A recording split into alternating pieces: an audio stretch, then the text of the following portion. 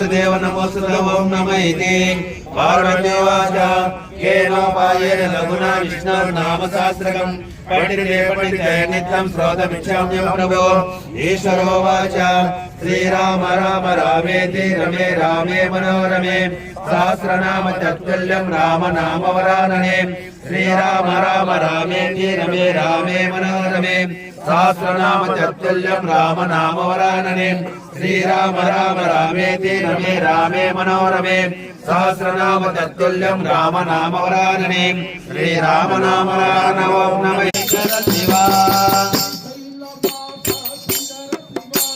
श्रीशैलवास शंकर शिवा श्रीशैलवास शंकर शिवा महानंदेश्वर शंकर शिवा महानंदेश्वर शंकर शिवा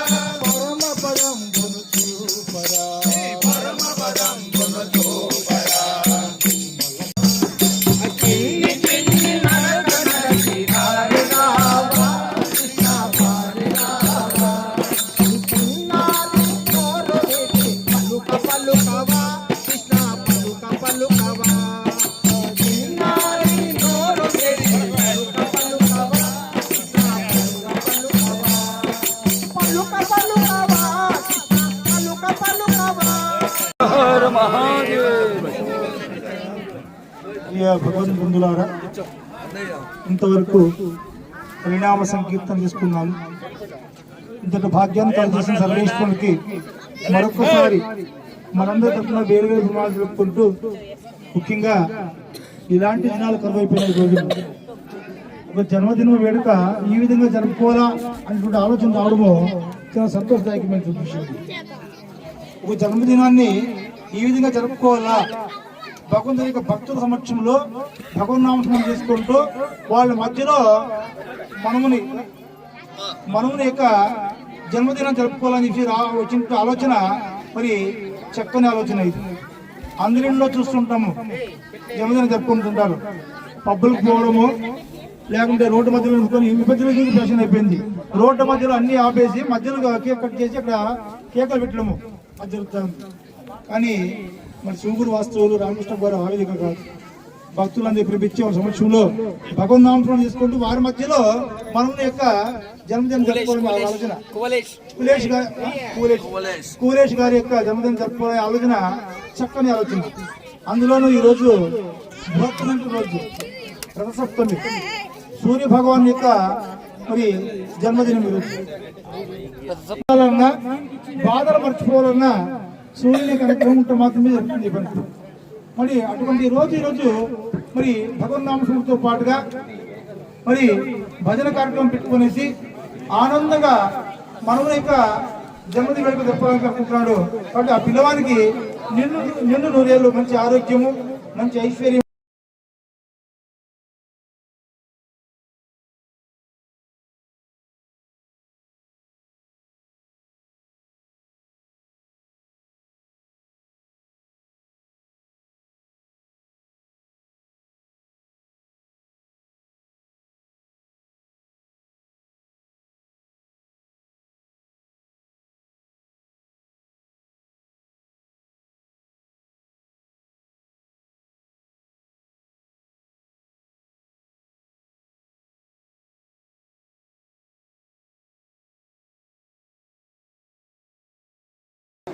गुरु ब्रह्मा गुरु विष्णु गुरुदेव महेश्वरः गुरु साक्षात् परब्रह्म तस्मै श्री गुरवे नमः।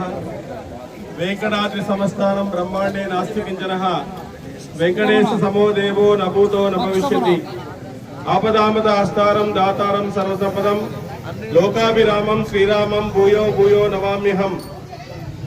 మరి చౌలేపరి రామకృష్ణ గారు ఈ విధంగా భక్తుల సమక్షంలో ఒక మనుముని యొక్క కోలేష్ యొక్క జన్మదినాన్ని జరుపుకోవడం అనేటువంటిది ఒక ఆదర్శం కావాలి మన దేశంలో. ఈరోజు రోడ్డు మధ్యలో, బ్రాందీ షాపుల్లో, హోటల్లో జరుపుకునేటువంటి యువత పుట్టినరోజు వాళ్ళ తల్లిదండ్రులకు నమస్కారం చేయాల, వాళ్ళ పెద్దలైనటువంటి తాతగారుల ఆశీర్వాదాన్ని తీసుకోవాలా. అప్పుడే వాళ్ళ జీవనానికి సార్థకత అనేటువంటిది ఉంటుంది. చౌలేపరి రామకృష్ణ గారు చాలా దాతృత్వం కలిగినటువంటి వ్యక్తి. ఎక్కడ ఏ ప్రోగ్రాం, ఏది పాదయాత్ర జరిగినా, ఎక్కడ ఏ పూజలు జరిగినా వచ్చి తమ వంతు సహకారాన్ని అందించి ఎంతో సేవ చేసేటువంటి వ్యక్తి. అలాంటి వ్యక్తికి భగవంతుడు ఆయుర ఆరోగ్యాలను ఇవ్వాలని మనస్ఫూర్తిగా మనం కోరుకుందాం. ఎందుకంటే అలాంటి వ్యక్తులు మనకు ఆదర్శంగా నిలవాలి. ఇలాంటి వాళ్ళు చేస్తుంటేనే ఇంకొకరు చూసి ఆ ఆదర్శాన్ని కొనసాగిస్తారు. ఆ ఆదర్శాన్ని మనం ఈరోజు కొనసాగించాలా. ఎందుకంటే హిందూ సనాతన ధర్మం ఇది. సనాతన ధర్మంలో మనకు ఫారిన్ కల్చర్ లేదు, అంటే దీపాలు ఆర్పేది లేదు. మనకి దీపాలు ఆర్పినామంటే ఏమర్థము? మనం మరణించినామని అర్థము. కానీ సనాతన ధర్మంలో దీపాలు వెలిగించడమే గాని దీపాలు ఆర్పేటువంటి సంస్కృతి అనేటువంటిది లేదు.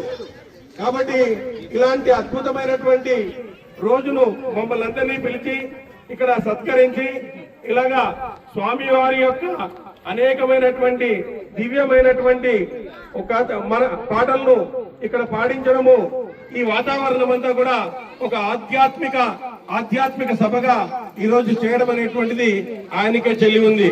ఈ రోజు రథ సప్తమి, సూర్యుని యొక్క పుట్టినరోజు.